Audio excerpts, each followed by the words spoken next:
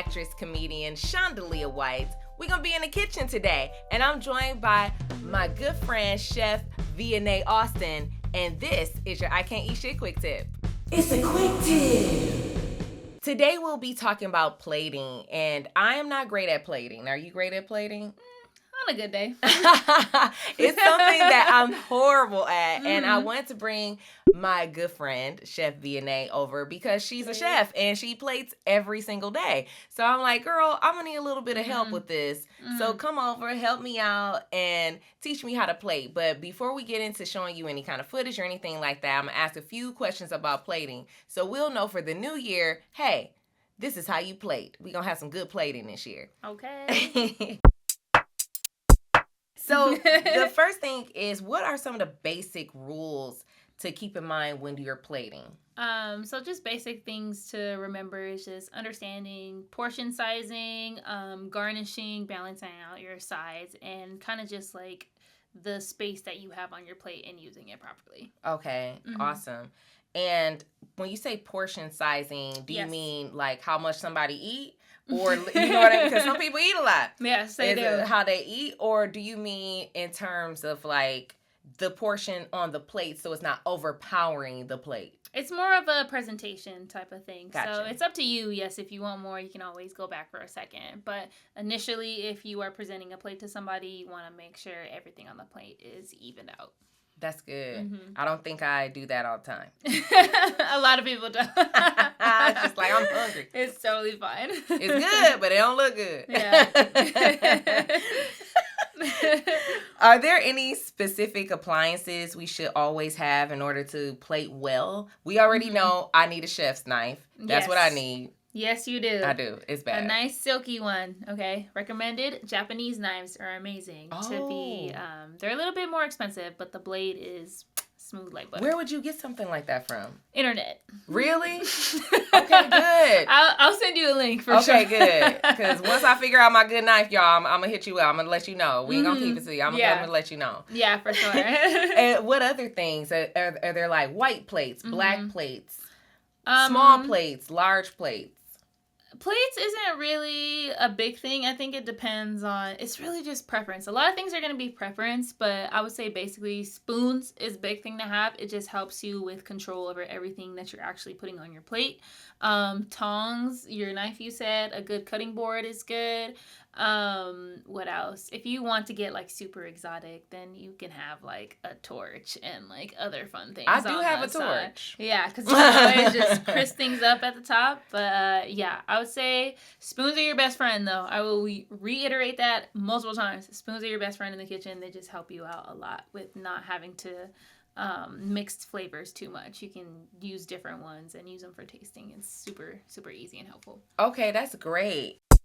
What's the difference between plating a main dish versus a side dish? So it all depends on the actual dish itself, but you want to make sure that you keep the main part of the dish as the focal point. So like a protein, or if it's pasta, it kind of be by itself.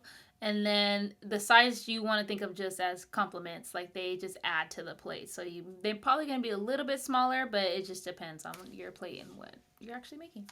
And when is wiping important? Because, I know when I go to a restaurant, I see people wiping around the sides and, making sure it looks all good.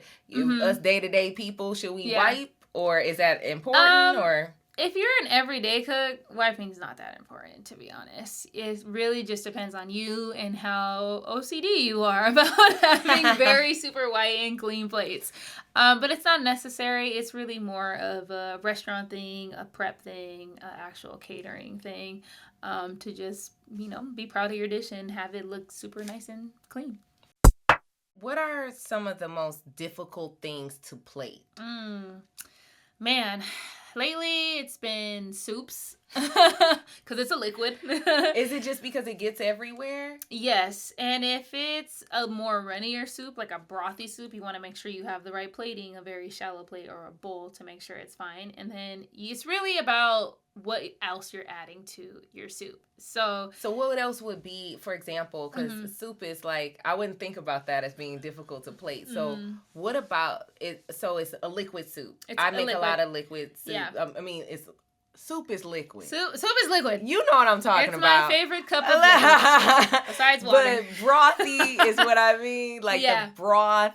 Or... It depends on the texture, the liquid, the way it runs. But normally if it's a thicker soup, like if you think of like cauliflower, tomato soup, that might have a little bit more like stability in it. So if you want to add things to it, like croutons or garnishes, it's just be so much easier. And how will the plating be affected by that? It's really just depending on the type of plate you actually use. Obviously, nobody's gonna put their soup on a real plate. That'd just be kind of weird. But you can put it in a bowl, and it just helps you out. Like, so, depending on if you want to serve it for camera, which is very different than serving at a restaurant. It depends on. Oh, I didn't know this. Yeah, it depends. It really depends. Because if you're on camera, you want to pick a more shallow plate so you can actually see what's in the bowl. Shallow plate. Shallow plate. What is a shallow plate? Because I don't know what a shallow plate is. If a plate has walls, like if you think of a bowl, right? Mm-hmm. It has high walls. Yes. Right? Shallow plates are just the same thing, a bowl, but just tinier walls.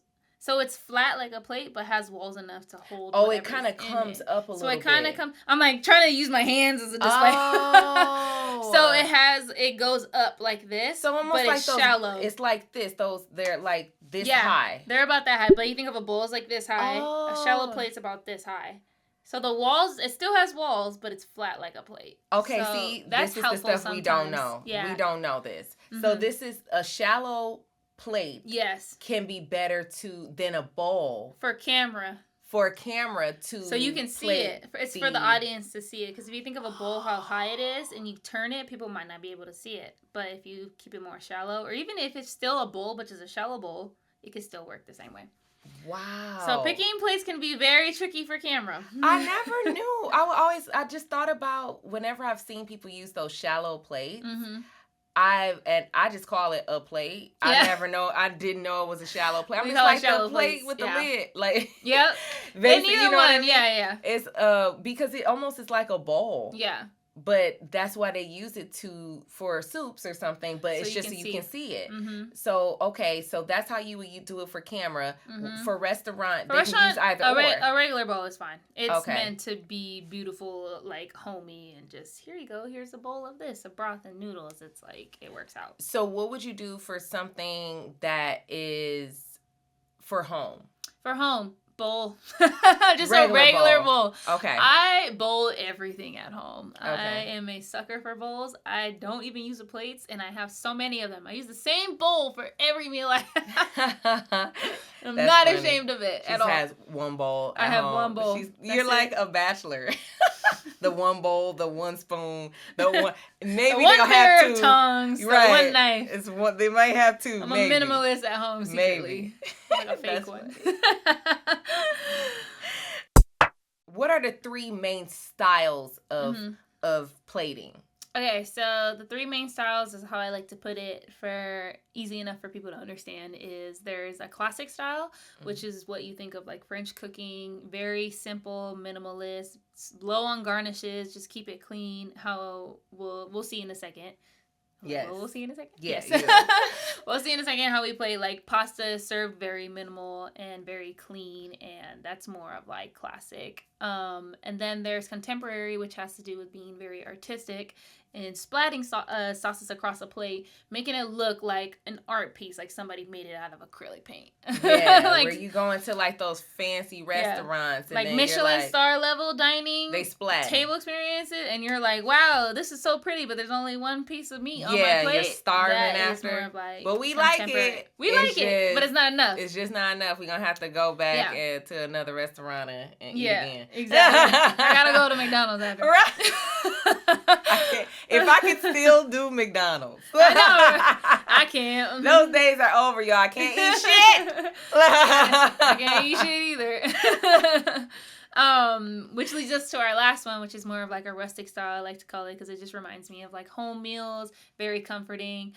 The plate isn't like beautiful and perfect. It's just everything's on there that's supposed to be on there. Like you have a protein, your starches, your veggies, whatever else you need, and it's just It just makes you feel good. Classic. I call those like ratatouille moments. Have you ever seen that movie? Yeah, I love it. And you bite it and it takes you back in time. Yeah. To where you're eating at your parents' house. Yeah. That's like rustic style eating of what I think of. Oh, that's nice. Ratatouille moments. You know how people sometimes, like I've found sometimes using a measuring cup or to plate, you know, to just to get is that like a portion thing? Just so you can get the look of it and get the like, say for example, some rice and you're trying to put it down and make it, that's contemporary. Like it can be considered temporary or classic. It could be classic. Yeah, some definitely interchange within each other, all depending on what type of style of chef or cook you are. And, you know, a lot of people don't think like you're supposed to cook one way all the time. It's a lot of preference. I'm telling you, it is a lot of preference and how you just want to present yourself in your style. So if you want to dome that rice, you go ahead and dome that rice and throw some chicken on it. I love that. Yeah. I love it. What about like catering style stuff? Like for example, and I say catering because say you cannot afford a caterer. And you're doing an event at home or something along those lines. Yeah. And you're just like, okay, one of the things I like to do is use those. They're like little towers where it's like the plate and then it rises up. It's another plate. The shelf kind of it's like a catering. Shelf. So it really all depends on what you're using. Like if you have fruit or crackers and cheeses, it's fine to stack because you're feeding a party. So you gotta like, okay, let me put a lot of things on there. And it's okay to do things in full portion. Plating is not really as important in catering. The presentation is obviously always important in what is actually in the square pan, or like we call them hotel pans. Was actually in the full length of it, but by the time you actually are like serving and pick it up, people are kind of just eating. Like if it's catering style at least, but if it's say we're at a wedding and people were like, oh, here's a plate, that plating is more important and it's just a whole different take. Then it needs to be a little bit more classy. Yeah, we're gonna say at home. At home, you throwing yourself a little shindig. You got your friends coming over for a brunch or something like that. Then it's okay to stack it, put more in there because you know people start having 5 mimosas and they get hungry. Yeah, they get hungry. They just want to make sure there's extra food. And maybe that's a good area to have like the spoons she was talking about. Like the spoons, so for the portions or also in regards to the like maybe the tongs as well. Having good utensils just to pick up anything is very helpful. That's where the spoons come in because you can just grab it quick, put it on your plate and just like keep moving. And then the tongs obviously for like certain things, that's easier for that. But, it's all just, you know, preference based on those. The ones that I like to use to keep it very minimal and simple is the classic style, which is like the French cooking style, and it being very minimal, clean, and kind of to the point, very similar to what this zucchini pasta looks like. And then there's contemporary, which is, we didn't really do contemporary, but could be very much work towards it. It's just making a very artsy plate. Like we put a little splatter of sauce or something on it. Yeah, if we put some A1 sauce or some barbecue sauce and just made it go poof and splatter, it's going to look like a very artistic plate. Which is what a lot of people do. They kind of just play with sauces and play with color and just want to make a nice piece of art. And then there's more of like rustic plating, which has to do with home style plating of just, you know, it's like you're eating with your family. You kind of just put a protein with 2 sides and make it look like nice, and that's it. And now, are there any other definite, like you live by it, if you're plating, keep this in mind, any other things that you can think of that you're like, oh, you have to keep this in mind when you're plating? I think oh man, that's tough. Because I'm a diet person, so for me, it's really just not overeating. So it's like making sure I have enough protein, making sure I have kind of an extra amount of vegetables because I need to have more vegetables in my intake. But just making sure your plate is balanced. Don't overeat a lot. Like, it's not good for you, actually. Yeah. Don't overeat and don't eat late. That's one thing I keep in mind when it also comes to plating is like, oh, am I eating late? Oh, I should not eat that much. It's a serious thing when you can't eat shit. Yes, when you can't eat shit, do not eat late. Yes, absolutely. I love that. Well, thank you so much for coming. Thank you so much for all your tips. And I know that I'll be using a lot of this throughout this year. So you might be seeing it, and there's another way to do that throughout this year. So let me know if you check this out and you're like, oh, I see you, Shondalia. Okay. I see you using those tips that Chef Vianai taught you. Okay. Yes, honey.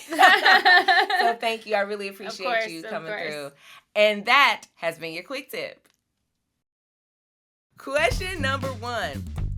What is my favorite summertime food? A, barbecue. B, strawberries. C, avocados. D, all the above. I'm going to say D, all of the above. You are correct! It's all of those. How did you know? You're like, this sounds like everything she would eat. Basically, I was like, she black, she like barbecue in the summertime. Strawberries always taste nice. If you live in LA, you eat an avocado all the time. Everybody eat avocado? Literally, that was That is so true. All the reasons, too. All the reasons.